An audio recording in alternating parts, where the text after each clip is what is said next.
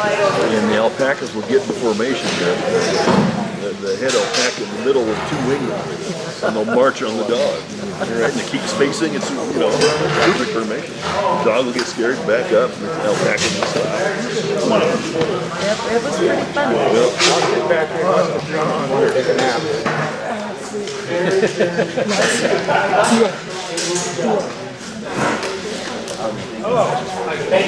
call you Sue.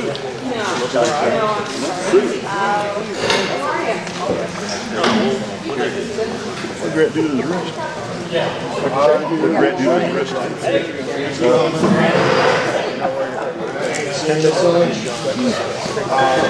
Oh, that's not much. I already shut my nose. Ready to get started? We get the people up there. All right, good evening, everyone. We're going to start this off. I think we'll do a prayer, pledge of allegiance, and recite. Please.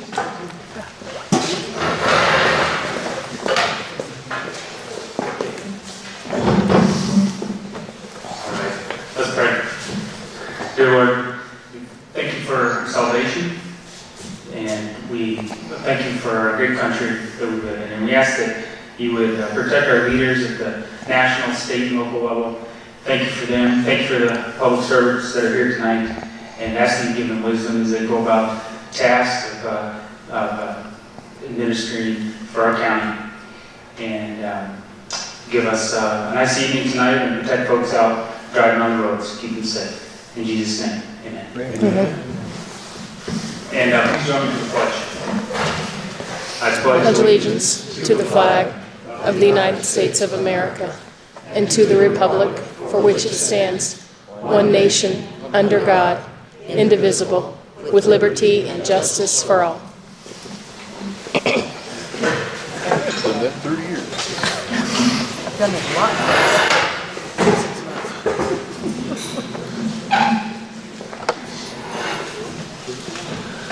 All right, first of all, I'd like to thank the Conservative Breakfast Group for sponsoring this and having cookies and coffee over there for supporting us the way they do. So, guys, thank you very much.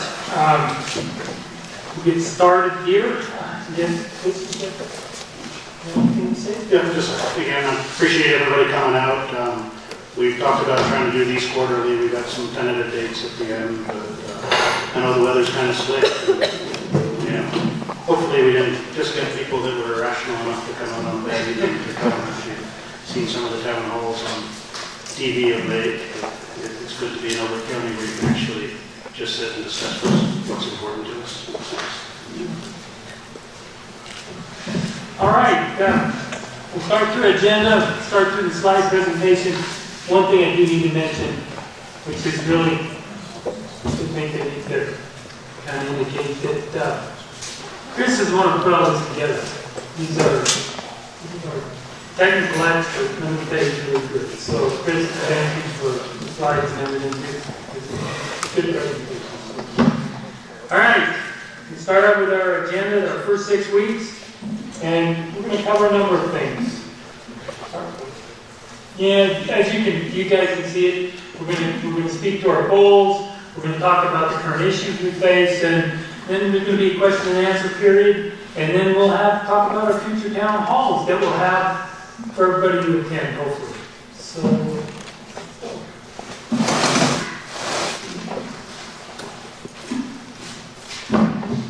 Sworn in on June 10th. Right immediately after being sworn in, we ended up going to training. We were training for 3 days. Learned quite a bit. So, anybody want to expand on our training? Just a good opportunity to meet other new commissioners from across the state. I think there are about 56 or so new commissioners at that. And really just a good introduction to state agencies that were available to support the counties and to meet each other. It's interesting how many, even though the details are different, the issues that most of us are facing are the same. I have a little different take on it. I went in there thinking I was brilliant, come out of there realizing I didn't know anything. we've already been using some of that schooling when we approved the windmills and things like that. There's a lot of rules, regulations, and expectations that are codified in the law that really dictate how we are able to serve.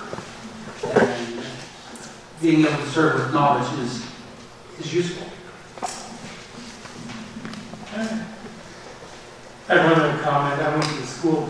I've been there for about 4 months. I found out how Ron was doing everything. So it was helpful. So next part, get into the next thing was we changed the meeting format. And we hope if some of you have attended our meetings, we hope you've noticed that. More open, we're trying to, the term transparency, we're trying to really create that format. So, Yeah, I think that the format that we've adopted, and it still has a couple little tweaks probably left in it, but most importantly, the comments we're getting from the public is they're professional, they're courteous. And then people go back and say, they're courteous. So, and we keep hearing that professional, courteous community remarks, and quite frankly, that was our goal. Or is our goal? yes, it is. Second, the next component there is the notice time. Okay, folks have probably seen it. We're trying to post the information. We're giving people at least a week in advance to review documents that we're going to be reviewing. More discussion topics. There's many more things involved in our meeting process that truly allow people much more input. So, Chris?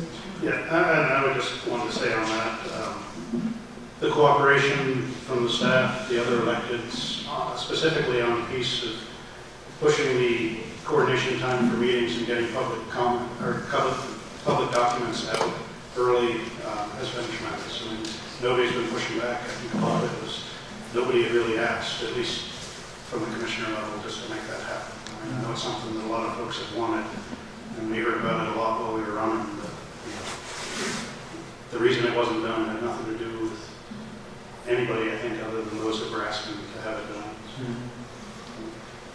Really nothing to add. We have a consensus on this one. We do. One comment I would like to add, though, I will tell you, as soon as we started, we had so much support from the staff in that county.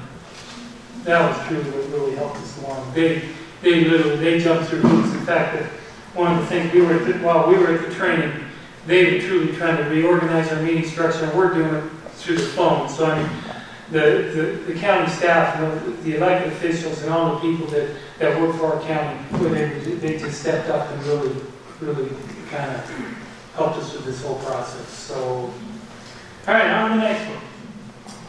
Rush Creek. Who wants to talk about Rush Creek? Well, I said, this is our first regular meeting. It's nearly a $1 million project. It had been in the works for years before we took office, and we heard it on, I think, the 25th of January. So, but it was well put together. It will be a boon to the county, and it's sometimes not the prettiest thing, but it was well put together, and we're still working on pieces of it. There's some work with the state that they owe us on revenue analysis and other things, so we can properly budget going forward. But I think it's like I said, a big thing to handle a room like this on our first real meeting. So. Yeah, my comment's a little bit different as it usually is that at the public meeting, there were people from a different general area of the county, people from the L that were there. And that's a very rural area, as you all know. The people were very supportive of the wind farm. And the one thing that I enjoyed the most is almost every one of the ranchers and the residents from there spoke, and they all spoke to us respectfully. They supported the project, and I really felt that if this project goes off as planned, and I have no doubt that it will, that it is going to be a very strong economic boost for economic activity in that part of the county. There hasn't been any down there, and I don't know if you people are aware of it or not. Agriculture is having a tough time right now because of commodity prices and things like this. So almost everyone that was in the, that testified in front of us were very positive because it gave them another opportunity to survive economically. Thanks, man. All right. County policy. Review and update on county policy. We truly, at least all three of us probably throughout our whole careers, we've been guided by policy. So that's one primary importance for us, developing policy, because that's what guides your organization. And that's been a big focus for us here. And I think if you've attended the meetings, you've seen how many policies we're running through. And it will probably continue to be that way because we will continue to work on policy for all the time. So, Yeah, I got one. Is that this county policy? I've been the CEO of a couple of companies, and the chief operating officer and another one. And for me, policy has always been what I said it is. With county government, it doesn't work that way. So this is one of the times that I've got to really say that the breadth of the experience of the three of us being different, this is the time I have to be quiet and let them guide me because it's a unique approach to management that I don't have any experience with. Chris has been marvelous at writing some of these policies. Now, it's not without discussion, but I've really got to say, I'm glad he's here.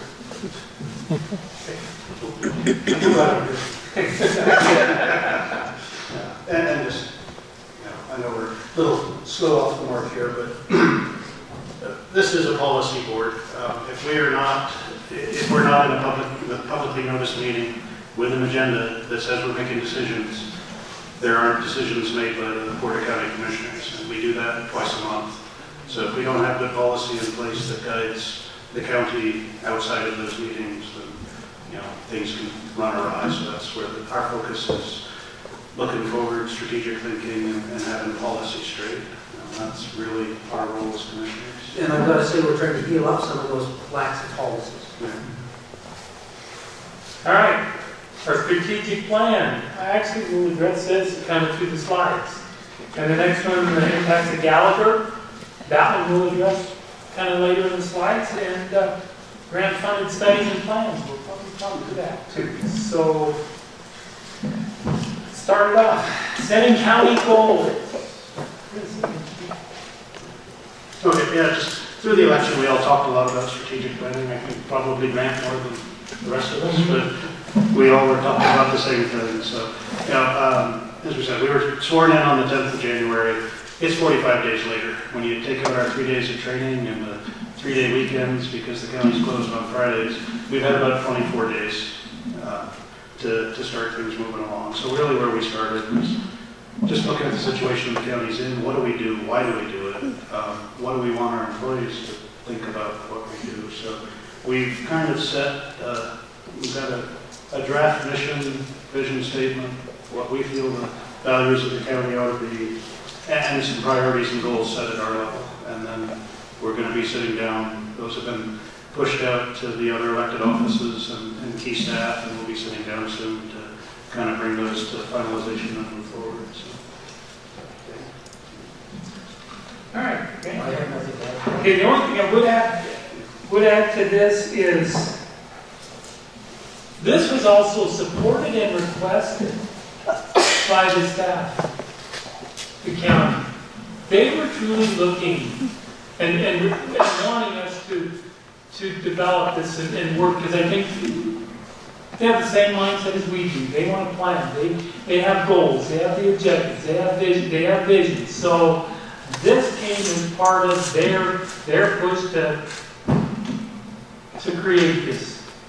So Just at the end of the day, if we can define what we're doing, what our priorities are, we know we have limited resources. This is not a rich county.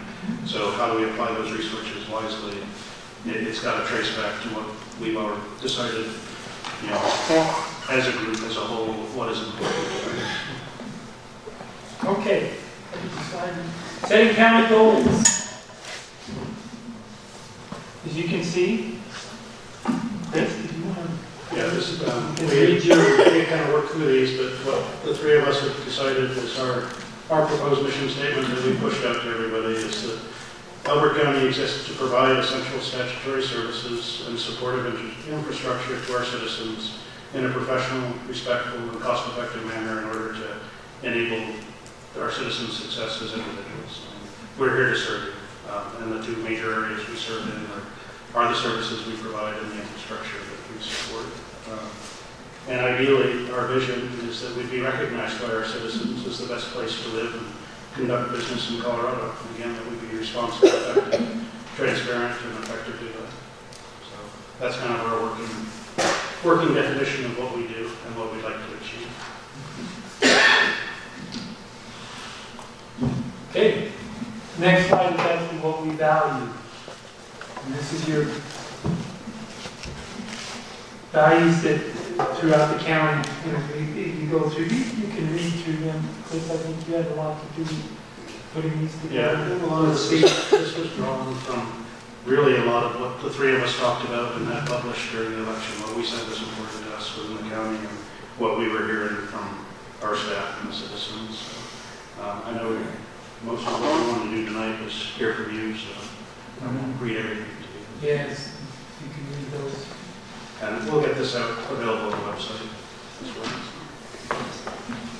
Next one, setting county goals. This is essentially set organizational priorities and objectives, and I'm not going to read through them. However, what it deals with is if you set the goals, then each department and everybody within that county, what they're looking at, their plan, their goals, their priorities should align with each one, with one of these or many, depending on their focus, depending on that. And that's, you kind of lead backwards into effective strategic planning for the organization. You set the primary goals, then all the other departments can really look through and align with one of these goals for their department. So in the future, you look into, you know, different type of measuring and everything else. But this is the start of a full strategic plan for the county, the whole process. So, Nope, we just need a strategic plan. okay. Setting county goals, the next steps. So, we've already kind of planned it. I believe it's on the next agenda. The only way to truly effectively plan and develop a strategic plan for an organization is to involve all your leaders in that organization, all the department heads, all the elected officials. They need to be involved in this because this is their plan as well as ours. So they have the goals, they have the vision. So that's why it's so important that we work together to develop this whole process. So, yeah, and I would just kind of say that the key one at the end is pulling this to a point where we can pull it into the budget process. Because otherwise, it's a lot of great ideas that sit on the shelf. If it isn't driving what we're funding in the future, then it's a waste of time and we don't really have time to waste.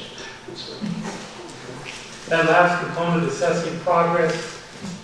Sometimes when you look at strategic goals, you can do it a couple of ways. You look at outcomes, measurements, stuff like that. That's why that component, that comes later, but that's still something we'll keep working towards. Issues. There was a few. Okay, first one we hit as soon as we hit the door, the Gallagher Amendment. Second one with had an aging master plan that we were currently using. Third one was water. And essentially, we'll touch on each one of these and where we're going to prepare us for the future. So, you want to take the Gallagher Amendment? okay. Okay. It's I'm not going to go into details on the Gallagher Amendment other than to say that it was a voter initiative that changed our Constitution back in 1980. At the time, property tax rates were up over 21%. People, and they kept going up. People were in danger of being pushed out of their own homes because they couldn't afford to live there anymore. So this amendment was passed that essentially it set the assessment rate for all property that wasn't residential at 29%, and then said statewide, whatever is collected, 45, no more than 45% of that can be from residential property taxes. So the effect of that over time has been that the assessment rate that's applied to residences has dropped. It worked its way down pretty rapidly and then stabilized at about 7.96% in 2004. So, you know, like I said, from 21% down to 7.96, and then it sat there. Now, this is a statewide assessment. Our county obviously gets a lot more of their property taxes from residences than they do from commercial. It's about 69% of our property tax revenue actually comes from residences, and in total actual market value, our individual residences are almost 90% of the property value in the county. But statewide, that number now needs to be adjusted. So we've had, over the last few years, an increase in property value, residential property values of about 16%. Now, if this rate, the assessment rate didn't adjust, that would have brought a higher level of taxation on our citizens, and it would have brought about $1.1 million additional dollars next year into the county budget. Now, next year it's going to adjust down to 6.56%. That seems like, okay, it's 1.5% lower, that's not a big deal. But the difference between 7.96% and 6.56 is actually a drop of 18%. The assessors got an extremely complicated spreadsheet that kind of works through their best assumptions at this point. So where most people in the state were anticipating on the government side of reaping the benefits of property values going up, this adjustment pretty much stabilizes everything. Again, that's good for the people. It kind of hampers the budgeting process when you're projecting windfalls. So at the end of the day, what we're looking at going forward is about neutral. There'll be about a $68,000 reduction in what the county brings in revenues from property taxes versus the expected $1.1 million increase. So yeah, that does kind of throw off projections that we were looking at last year. A lot of things like the wind farm and other development may balance that out, and we'll continue to look at projected overall revenues from all sources throughout the year. As we get into the budget development process, we'll work with what we have. We're statutorily and morally responsible to operate within the revenues that we have. Everything that Chris said is exactly right. However, there's a lesson in the story. Chris just mentioned that over 90% of our property taxes comes from residential rooftops. A little less than 10% comes from economic activity. Economic activity is valued at 29%, residents at 6%, or 6.5%. So what that tells you, if we're going to make this county more prosperous, have more money for roads, and any other activity that you want to identify, we need economic activity in the county. And I notice I didn't say economic development. Economic activity is the words I prefer to use because I'm not quite sure what that economic activity or the description of that economic activity would be. But as you can see, for each incremental rooftop, if it's only valued at 6.56, whereas economic activity is at 29%. Remember, rooftops don't bring any sales tax. Economic activity might, probably would. So, as part of the strategic planning, one of the things that I'm going to be arguing as effectively as I can is how do we identify and recruit economic activity for the county. I'm not sure who you'd be arguing with. I'm not sure who you'd be arguing with. Oh, shucks. One more factor related to this is, we are under Tabor. This rate is set, and we can't raise it because it was at 7.96. When it dropped, it would stay at the 6.56 rate. We would have to have an We election. would have to have an election to raise the mill levy, or we would end up having to, Yeah. kind of, And I would say going forward, that's important to remember because, you know, the Gallagher amendment adjusts this assessment rate down as values go up.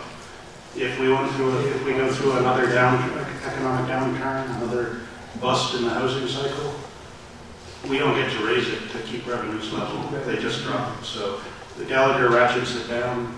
Tabor prevents anything from rising during good times. So it becomes a real critical factor when you're looking at long-term projections for revenue and what we want to do with the county. We can expect neutral or lower income. You know, the good times don't help that much. Bad times, we're protecting the people from raising the taxes. So.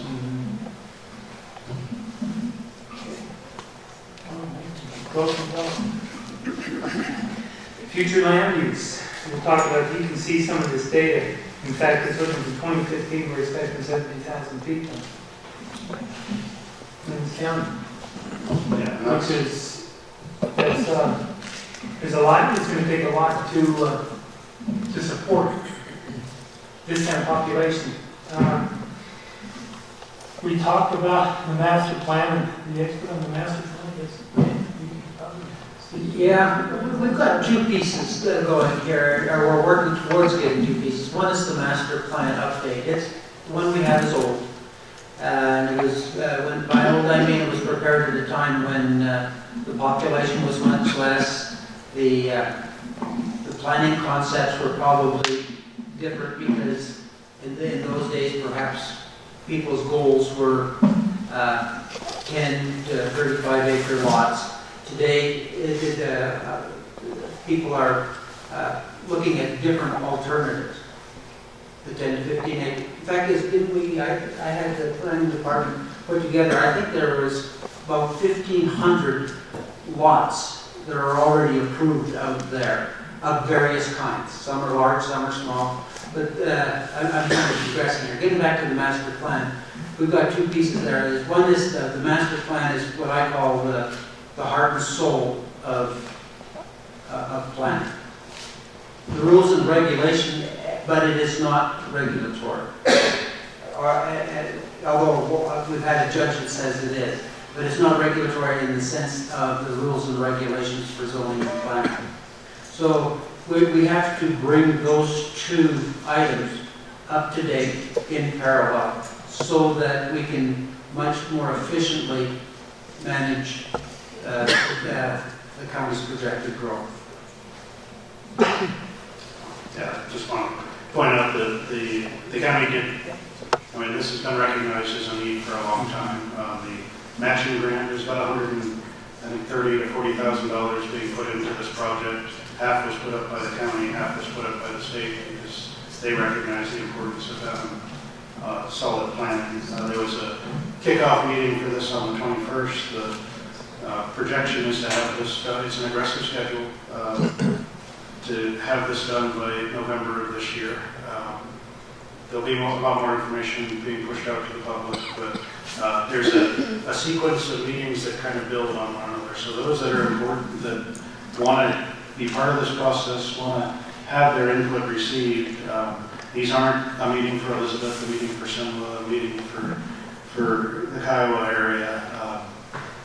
They're meetings that build on each other. I mean, the first meeting, likely be here in the exhibit hall, will be a presentation of our current master plan, what opportunities we see, what things have changed in the last 21 years, and a chance for input from everybody that shows up of what they feel is important for the future of our county, what we think should be areas where we accept growth, what areas we should protect, where we have resources that we're concerned about preserving. So that both individual citizens, larger stakeholders, I mean our school districts, our fire protection districts, all the people that have to provide services, our utility companies, they all have a say in what they can, in some cases, what do we want to see in others, and what can we support. The second meeting really pulls all that together into kind of an analysis of alternatives, a brief back to the people, what information was received, and what we can do when that's all consolidated, what that kind of looks like for our county. And then again, input from the citizens on which alternatives look better, what can we do with that. The third meeting is kind of, now we've solidified things a bit. These are kind of future plans. These are areas where we have to think about investing more time and energy in planning, more attention, or resources. So anybody that's interested in that process, I would encourage you to attend all the meetings, because you're going to see something build over time. I think the last master plan, there were a couple of people in this audience that worked on it. It took a long time, and it was all done by citizen volunteers, planning commission, and they did a tremendous job, but it took a long time. And putting things together quickly in a way that's rational, that's a way that we can publicize. The project manager that we selected has a website up. It will be public soon, so everybody will have access that has access to the internet. That's problematic in some parts of the county, but it will be a very open, transparent process. And even if you can't make the meetings, the ability to have your input put in and received and integrated into the overall plan is going to be there for folks. That's all I have to say. All right. Rural water supply study. This study actually evaluates the reliable water source that we have for the future, and it is actually looking at this future resource out to 2050, and what it's doing is actually trying to analyze consumption through stakeholders that are currently using the water and future projections. And what they're doing, what this study is all about, is trying to forecast when we will, essentially what level the water will be, when we will need to start looking at other options to provide water for this county. This is something that is critical for this county, because everybody knows water is a finite substance. You need to forecast that, because it takes some long-range planning to prepare if you look at an ending source. So this study was funded with a grant, and I believe it was about $117,000.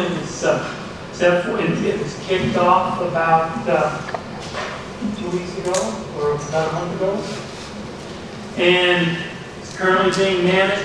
We've got a number of stakeholders actually involved. We've received quite a bit of data from primary stakeholders, and we are actually doing our kickoff meeting that will give us an update next Monday, okay, at 7 o'clock, I believe, here.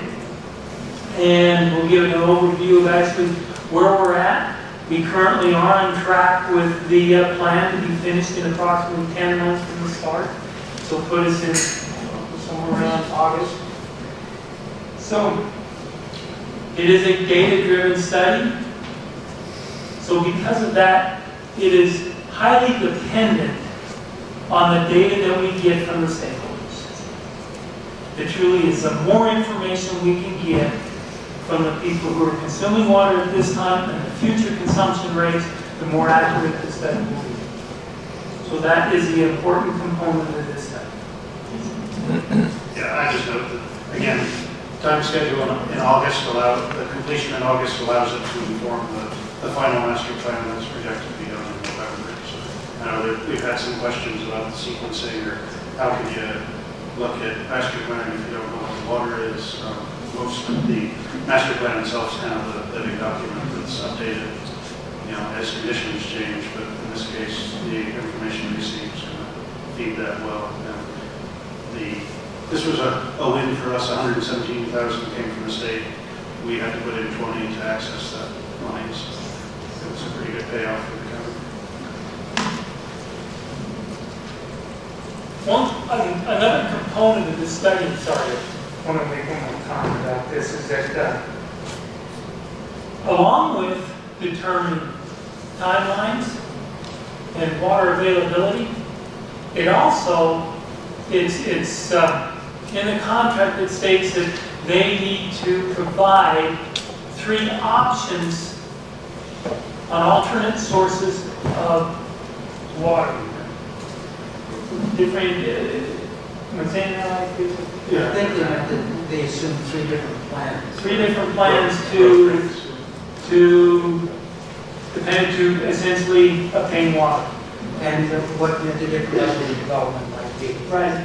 Based on 3 different low, medium, or high population growth. So, all right. The well monitoring study. I'll attack this one. One of my degrees has a lot of reservoir engineering involved in it, and I find this particular study fascinating in that the measurement of the hydraulic head or level in the various wells have indicated that the recharge into the reservoirs that are being tested is at least equal to or greater than the withdrawals. So that's very fascinating. So the one thing I caution you about when we look at this information, the reason the increase in the hydraulic level of the water is up at 0.8 of a foot may have something to do with what happened 150 years ago, because the water takes time to travel through the reservoir.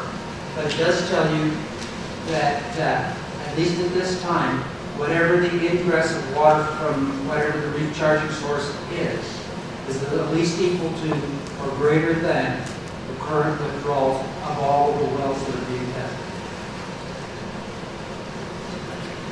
Which is a good thing. Which is a very good thing. It's kind of hard to see on the map up there. 41 wells are indicated. They stretch across the entire county, and they do tap into all the aquifers. One thing on both of these studies that needs to be noticed, the Water Advisory Committee has done an awful lot of work to bring these grants into us. Again, this one's a little lower funded.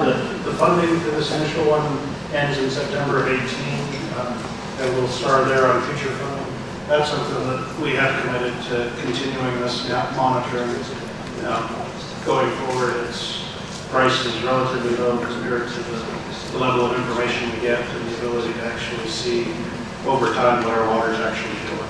We can study, we can look at gas data, but actually several, it was set up to do 30 wells initially. We got 40.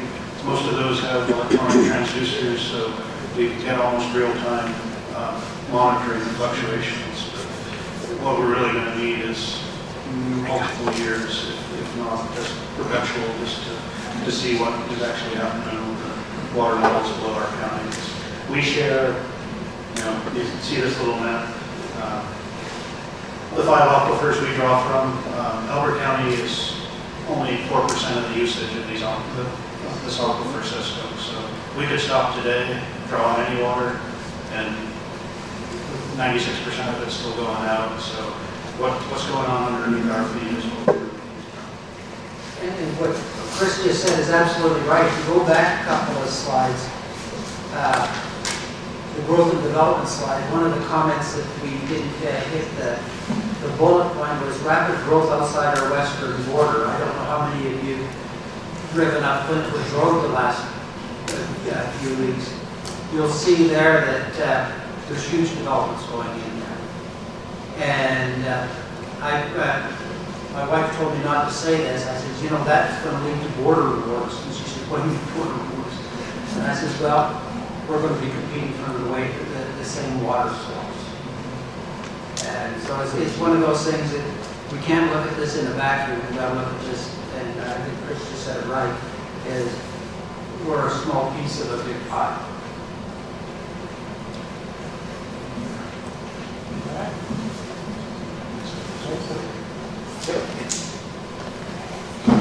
Okay, space to serve the public.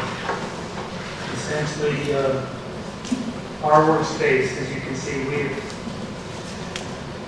we're struggling with workspace. We have, and as you can read through and I don't know if you've been in the county recently, but I've been there now for approximately 6 months, and when you come in, you can see the waiting area in the hallway. Sometimes they're back there, they're all the way down to the doorway for motor vehicle.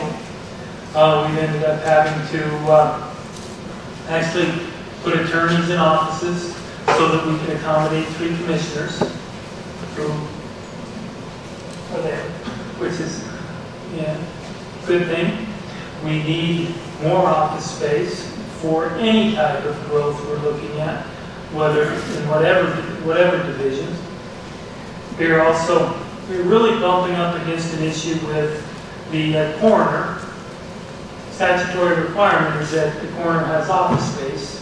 We do not have that at this time. So we're required to have office space and also a place to put bodies. So that is an issue. Currently we have, I don't know if you've been through community development, CDS office. They're in the basement, actually housed partly in a safe, where we've had some issues with water and so at this point we truly we're looking at where we can grow, where we can get some more space, where we can possibly purchase space to grow this county. And then that brings up our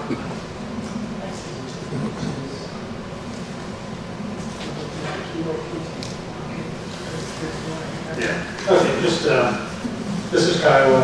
We're sitting in the fairgrounds, the oval just below HHS. Courthouse is, way back. So HHS up here, courthouse, we're sitting up in this area. But, you know, Justice Center down here, so kind of this is kind of the footprint of our service area, our ability to serve the public when they come down. So what we've been looking at, and it's been in the papers, we've been talking about it some, is the old Bank of the West building up at the east end of town, about the same distance as HHS and the Justice Center from the courthouse. It's a facility that meets our needs. It's about 10,000 square feet. It meets our future needs. And if you look around Kiowa and this area where people come to get county services, there isn't an awful lot like that around. So just, if people have heard about the bank building and you're not from Kiowa, that's where it's at. Yeah.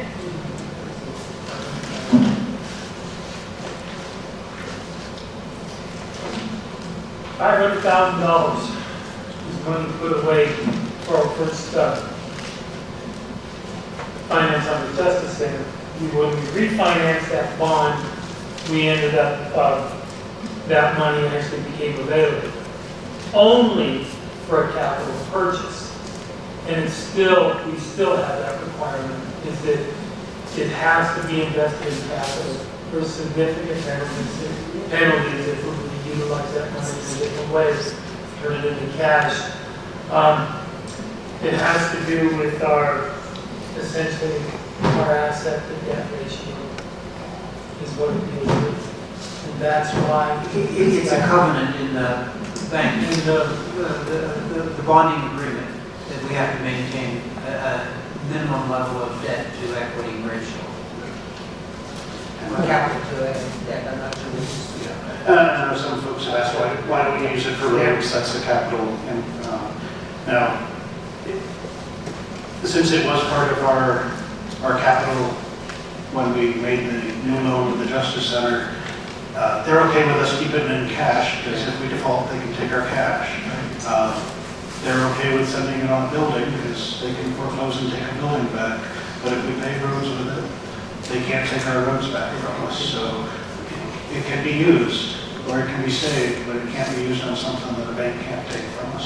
So if that answers that question, and then just a note here, we are spending nearly $6 million on roads this year. So I'm not saying $500,000 more on roads would be a good thing, but it's just not something we can find in roads. Several of the public have contacted one or all three of us and said, well, why don't you just remodel the existing courthouse? And so a couple of us have called friends that do that kind of stuff. And the word we get is, don't do it. And the reason you don't do it is it was built at a time when asbestos stuff was used. It was built at a time when lead paint is everywhere. The amount of hazardous opportunities that could exist, and opportunities in the right word, danger is a better word to use. I don't think we want to open that box because the capital cost, I've talked to a couple of people that have taken those old buildings down there at Laramie Street and they said the only way to do one of those is just to basically gut it and start over again. And you have to have, and the comment I had was, you got to worry about hazardous stuff. And if you ask me what stuff is, I don't know. Their words is stuff because you don't know. And then the other thing is, I don't know if any of you have walked into any of the offices there and looked at the electrical outlets. Most of them have got a cord with six plug-ins in it, and the last plug-in has another cord with 6 on it. So what I'm getting at is, it's almost impossible to estimate what the real cost is. And I know that we've listed a cost here, and Danny was the one who got these numbers, I believe, but the whole point is, who knows? It's terrible management to open the door of the who knows contract, because it could be anything. Actually, the figures we state here for the current remodel, based on today's standards, and what it would cost you to remodel a current structure, we're looking at anywhere from 150. If you don't have any associated issues, and I have this experience because we had to remodel my previous employment, we remodeled a lot of different places. You look at $150 a square foot. If there are any associated issues such as mold, such as asbestos, that just adds on to those costs, and that also increases the time. Then you calculate in, okay, what are you going to do with the people? How are you going to conduct business while you're doing this construction and mitigation? So truly, when you start remodeling an old building, it gets expensive. The problem is, I would be good with remodeling. However, you start with 3,000 square foot before, you end with 3,000 square foot before. You may section it off slightly differently, but you have a little more investment. You don't have a lot more. You increase the value slightly. So it was a kind of like, did some research on it because that was an option at the time. But we don't think it's a valuable option for us. I think other opportunities might surface for that. Let's go build new. We've got 1.6 million. Last structure we constructed, we were looking at approximately $450 a square foot. It was $4.5 million for a 10,000 square foot building. And that's under the commercial construction techniques and all the associated requirements you have. And we talked about architectural, we talked about civil engineering, to bring in all these designs. To build a commercial building anymore is fairly expensive, very expensive. And that was in cost, I would say, about 8 years ago. So I don't know what those equate to now, but a new structure would be kind of expensive for us. So I don't know that that's an option. I'd sure like it, but I don't know if it gets there. And I think at the end of the day, $500,000 is a lot of money to me. It's a lot of money to our taxpayers. It represents 1.7% of our total expenditures for this year. So putting that amount of money out to posture ourselves for the future in a longer period, again, pretty good chunk of money, but relatively small compared to everything else that we're supporting across the county just in this single year. And as for electrical outlets, I counted, I don't know what my office has been used for over the last 100 years, but I've got 32 different outlets in my office, so I don't need many extension cords. Well, 32 outlets. there's a firefighter walking through that building and look at all this stuff, the wiring. Anyway, all right. Anything else on that? I guess the only other comment was is that it's on public record that we're looking at the Answer West building. We still haven't signed a contract. The contract that we're reviewing has multiple outs. So here's what the situation is, and many of you in here have done real estate transactions.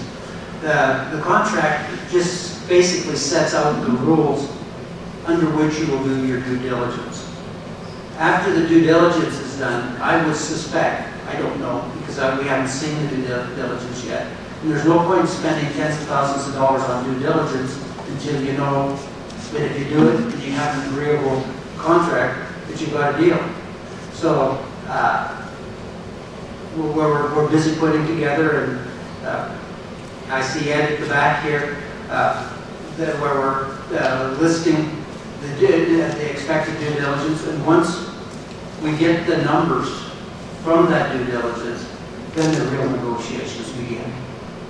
And so what people that come to us, and I think that, to me anyway, I think to the other two gentlemen here, is that they assume that there's a preconceived outcome.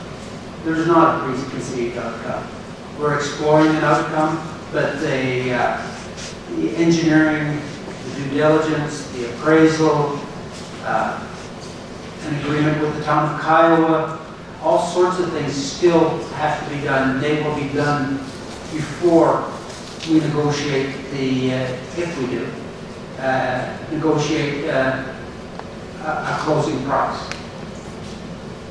And I haven't said anything that's very insightful. Every commercial real estate deal is done this way. Yeah, I guess at the end of the day, this is just one of dozens of issues that we're looking at to posture the county for the future. The bank building represents an opportunity that addresses some of those issues. So we'd be foolish not to consider it and see how it turns out. Okay. We still have work to do. Yeah, we can. Questions? Okay. Now, this is your part to talk. So, if there's any questions out there, if anybody would like to come up and ask us anything, we can roll. Anybody there with questions? Hey, Bob. Hey guys, thank you very much for running and being elected. It's not a small thing, but you stood up and other people around, including myself, included, complained about things. You guys are the leaders that stood up for us, so I appreciate that. Grant, you talked about improving commercial development, increasing jobs and economic activity in the county. One of the constraints on that is the ability of transportation in and out of the county. We have just a handful of arteries that flow basically all through Douglas County into the greater metropolitan area. Could you guys address, do anything with Douglas County to improve those access points? How are you guys going to approach that as we move forward through developers or through agreements with other counties? Thanks a million, guys, for having this meeting today. Thanks for the question. I guess the best way to initiate an answer to you is that you can't solve a problem until you identify the problem. So, and at least in my mind, the identified problem is the ratio between residential and commercial activity is out of whack. So now then the question is, what can we do about it? Can we enter into some intergovernmental deals? I don't know. What we've got to do now is we've got to figure out what do we have to offer. We've got to go out and figure. For example, we just found out I found out last Tuesday or Monday, I forgot which, is that Elbert County is a part of an international development zone. We're also in well, you laugh. But, you know, we have opportunities for European companies to have warehouses out by Lyman on the Elbert County side. And I'm pulling stuff from the air, but I think that we have a consensus that we need to address this issue, figure out what we've got to offer, figure out how to identify the people that could use what we have, and then recruit them. Now, basically what I described is the obvious, and but we've never done it before. So it's on our list. It'll be something that be written into our strategic plan. How we finance perhaps an economic development person, and how do we determine and acquire the resources that are out there. We're just starting. And your point, and you and I had a talk about this before, where you said that somebody wanted to come and put something in here, but they needed 2 paved outlets out of the county for safety reasons. Well, when that happened, that was before the Kiowa Bennett Road was paved. So I don't know. All I know is we must do it, we must get to work, and it must be a part of our strategic thinking. I don't know if I answered your question or just made a speech. It's all good, brother. But your comment on the transportation network, we have what we have, and I think our first steps is how do we maximize the benefit of that. I mean, we've got a big stretch of I-70 that runs through the county. It's got a rail line. There's some things that are right for transportation, warehousing, distribution type things. It's how do we encourage that growth and then benefit from that to improve the network working westward. It's kind of odd in this county to have something that's not on the western edge working east. But that's one on the eastern end that could benefit all of us. Lincoln County's got a public-private economic development council. Part of it's funded by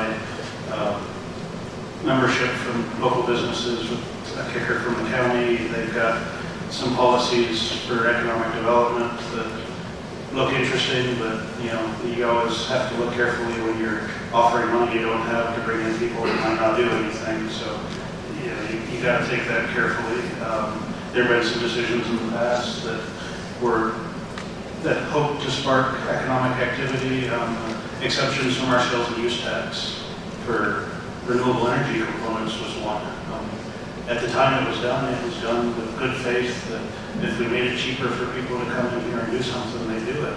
At the time it was done, nobody was doing anything because the economy was in the toilet.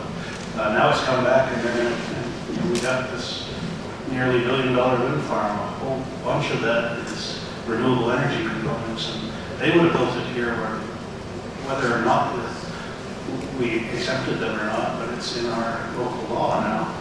And it's unfortunate because there's a windfall from that.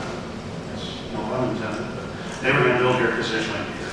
And they're building it a little more cheaply than they would have otherwise, but I think they would have, you know, a 1% incremental cost on their material probably wouldn't have stopped them from looking at Elbert County. But so we've got some decisions that were made in the past with good faith that didn't benefit us now. So we just got to look at the structure there, and if it's something that might be coming back to the people to say, hey, we maybe didn't get this right as a county the first time around. So.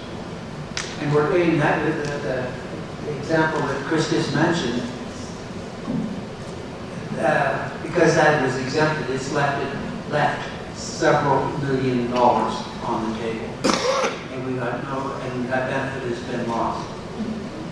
And so, you know, that's one of the things that I like to think about is correcting that imperfection in our sales tax.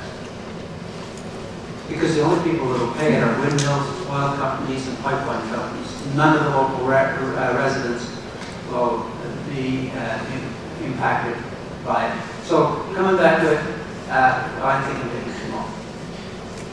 One other comment on your spot. You've got that Western Elbert County Transportation Plan. Now, in that plan, it identified a lot of funding sources to improve our roads. One of the things we need to do is it's outdated at this point. And it needs to be updated. Yeah. That's one thing we have on, kind of on the radar to complete, is because that could also identify different funding sources for road improvements, for just what you're specifically talking about. So that is something that we have to work at also. So, And expand it to a Elbert County. full Elbert County. Yeah. We probably need to go on to the next one. Yeah. We should. All right, next question. Sorry, folks, a little wordy. Apologize. Frank. Do you need us to take a picture of it? Questions. One is that I think we all agree that in order to maximize the funding for the county, we need to improve our business plan. With the Gallagher amendment, the 16% increase in assessed valuation results in pretty much a flat tax to the individual.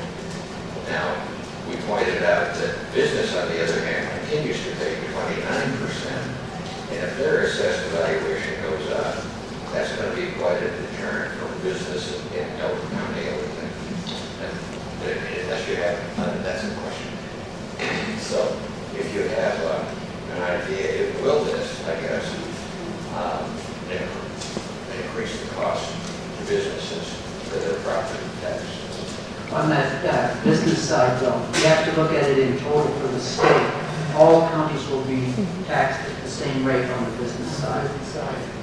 So if it's in Arapahoe County, El Paso County, Lincoln, whatever economic activity or businesses they have will also be valued at the 29% level. So it's, as it relates to our economics, it's not the competition for location, which I think you're implying, because each county or city will, on the business side, be valued at the same rate. So we have the same tax rate, however, a business in Douglas County may not cost the same as a business in Elbert County, especially if you take into account the business potential. So anyway. And I think we need to have as much incentive as possible for business, because I think that should be a priority.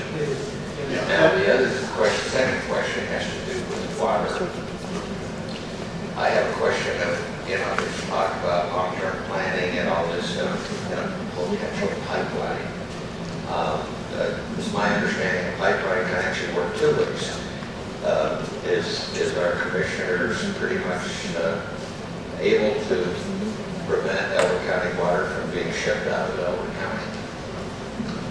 Yes, we have that capability to prevent it, but I would say that, as I was saying earlier, the fact that we are we pull 4% of the water out of the aquifers that serves everybody means that our water is moving out of the county underground right now by development around us. But there is no plan to sell our water to anybody.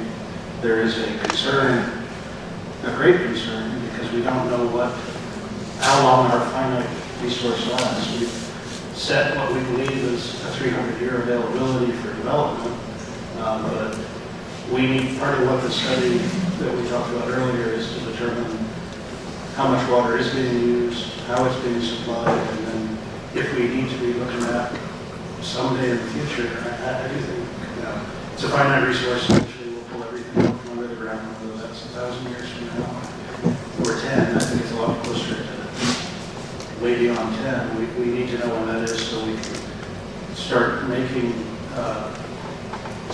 the planning and then the investment on how we can bring water in when and if we need water. I mean, those are not projects that can be done in a decade.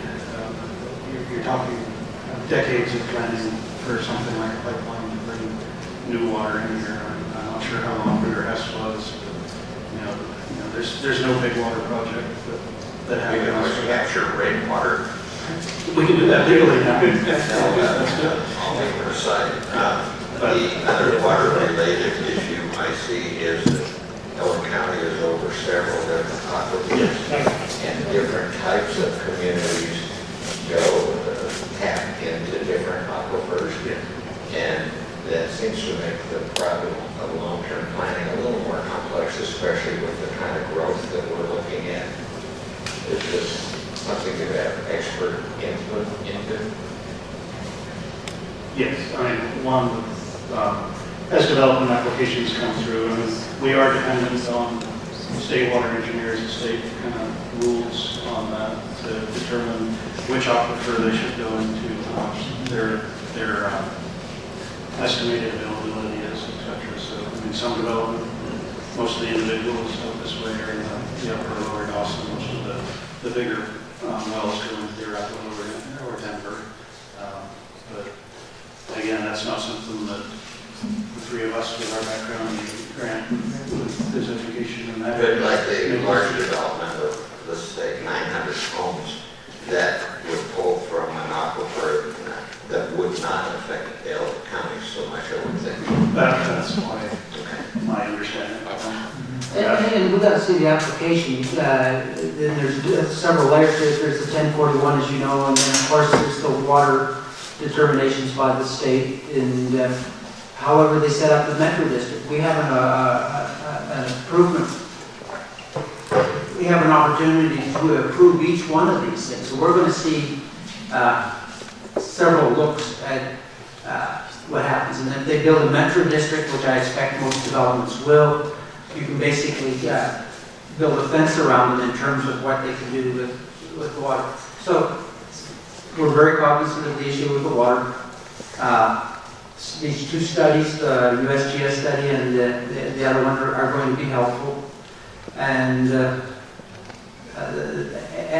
determination by the state of what water is there will be helpful. So you're going to get lots of opportunities to present public comment on these things because they're going to be reviewed several times.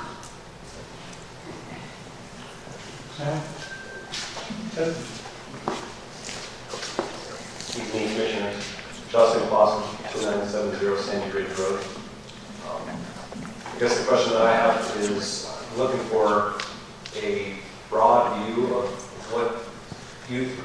what you three are planning as far as the county's disaster preparedness action, and what have you done already and what will be done in your view in the future so that this county is prepared for more than necessarily first responders, but large-scale natural disaster or other types of disasters that may present themselves in the future in this county. I'll start off with part of the master planning process is a required part of it as part of our grant from the state is at the broader level risk mitigation plans. At the immediate level, in the last 24 days, we brought moisture tonight. So fire detectors are a little bit lower, but we have it's been a pretty good training ground for emergency management folks.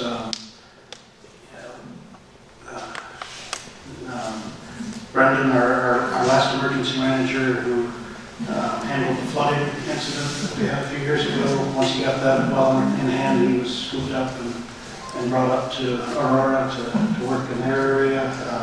His predecessor did yeoman's work handling the Black Forest fire. He's now working at state OEM. And Corey Stark, he's still working with us now from the state level to continue to beef up those plans. But at the planning level, the risk mitigation pieces that will be defined in that master plan are a good guide. And then probably at the local operational level, Alex, our new OEM, is getting his feet on the ground, reviewing the plans we currently have. Actually, I walked in this morning and I'll pass it on to Danny. Funny you mention that. For the last, since I got there about 4 months ago, what they've actually started within the county is actually trying to update their emergency response guidebook. And that actually encompasses all the county buildings and many of the structures throughout the county. So they are quite involved in updating all of it, updating the type of response you would do, updating access, evacuation, essentially anything that results to emergency management. And they've actually, we're probably looking at completing countywide, essentially, response guide, probably in the next 2 months. That really, and that is actually being proposed and managed by staff with Alex kind of, and the sheriff and a number of people kind of in the lead. So with that, that's what we're doing locally. So, and then Alex is heavily involved in neighboring agencies and kind of creating those relationships with the areas that surround us, which is a critical component of emergency management. So with that, we're heading in the right direction there. I can see it. So I really don't. This is one of the places where I have no expertise, and I'll refer to Danny here. I think you've been recruited by the emergency people to be working with them. That's yeah. really So, and this is another one of the things I want to emphasize, is that each of the three of us have a different educational background, have a different work experience, have different histories. And one of the things that has been very pleasurable for me, anyway, is that rarely do they rely on my expertise, but I sure rely on theirs, because they have skills that the spread of skills, that's what I'm trying to say, is something that is very beneficial, and is particularly in that we've developed a very professional atmosphere there, so that we let the person that has the most skill in any one area be our leader.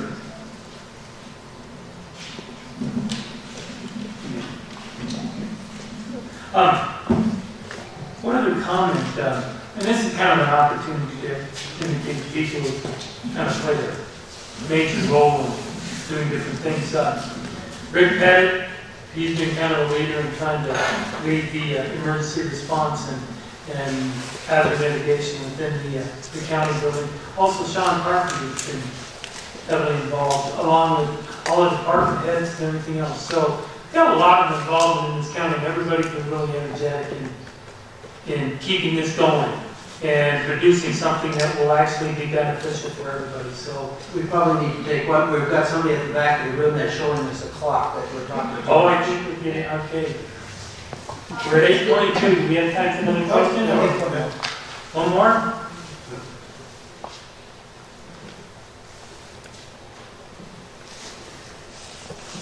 Here, I thought you were going to let us off the hook. Hi, I'm Nick Mueller on 3440 Wild Rose.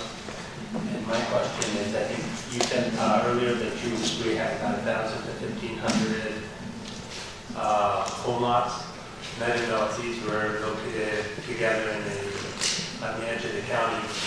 Because Stapleton has its own metropolitan district where I moved here from. And they had an increased mill levy to help build things like roads. And so would that be a possibility of? Yeah, you're asking two separate questions, in my mind anyway. One is the lots that have been platted. And some of them have got the preliminary plat and not the final plat. So there's about half or 2/3 of them are ready to go, and they're spread all over the place. Now, the second question though that you asked is something that we're exploring, because each one of us have taken it upon ourselves to go to some of the homeowners associations meetings in the county. And I'll tell you what, there's a couple of the communities that are exploring just what you said. And I forgot that, what is it, the SIA agreement, Special Improvement District. And they are exploring the idea that they would set up a special tax for their community to get a specific project done. And then if that tax was passed, then that would be bondable, and there would be a way of financing it over time. I'd have to say that we're in preliminary stages of that, but I think that it's something that's going to lead to a positive outcome. We're at this commissioner school that the three of us brag about, is there was a lady manager from a different county, that's how they do all of their, or essentially all, and of the road improvements that are through the special improvement districts. And it was hilarious because she said, if they don't pass it, we don't raise their roads. So I don't know if that's an incentive or a threat, but the whole point of it is that we're, as part of our strategic planning, is trying to figure out what opportunities, and we're going to depend, and the particular one I'm thinking about anyway, we're going to rely on the community to come and ask us to be involved. To get that special improvement taxation added there, it has to go through an election, so it'll have to, they have to get our I'm not sure what the right word, approve, I don't know if it's approval, but we have to get it on the funds back. And I'm sorry for my accent, but I don't know if I answered your question or. No, that's perfect. Thanks. Thank you. Yeah, I would just say, at the end of the day, we have the money to spend that folks authorize. There's some general good for the county that we can talk to, but it's a big county, bigger than many of the states in our country. So, you know, the needs on the northwest corner versus the L are very different. And, you know, if there are local improvements that can be done that locally people want to spend their money on, we can certainly assist. But, you know, it's hard to convince everybody in this county that there's one thing that's good for everybody because we have very different needs. Okay, with that, I think it's kind of, I want to thank you all for coming out tonight. Be careful going home, please. It's nasty, and again, I appreciate your participation and coming here. Oh, Fred, how are you today? Yeah, we are looking at doing this quarterly. We'll move it around, looking in June, perhaps going out east to Semla, September and Elizabeth. If we stayed on the 4th Tuesday, we'd be on the 20th of December, so we probably won't do it on the 28th of December in Kiowa. Either tentative, look for them. And if any of you want any of us to come out to homeowners associations, other groups within our district, we won't step on each other's toes, but you know, just give us a call. Our contact information is out there. Just let us know if you want us to be there. There's lots of cookies and coffee, and we still have 3 minutes. And we're at the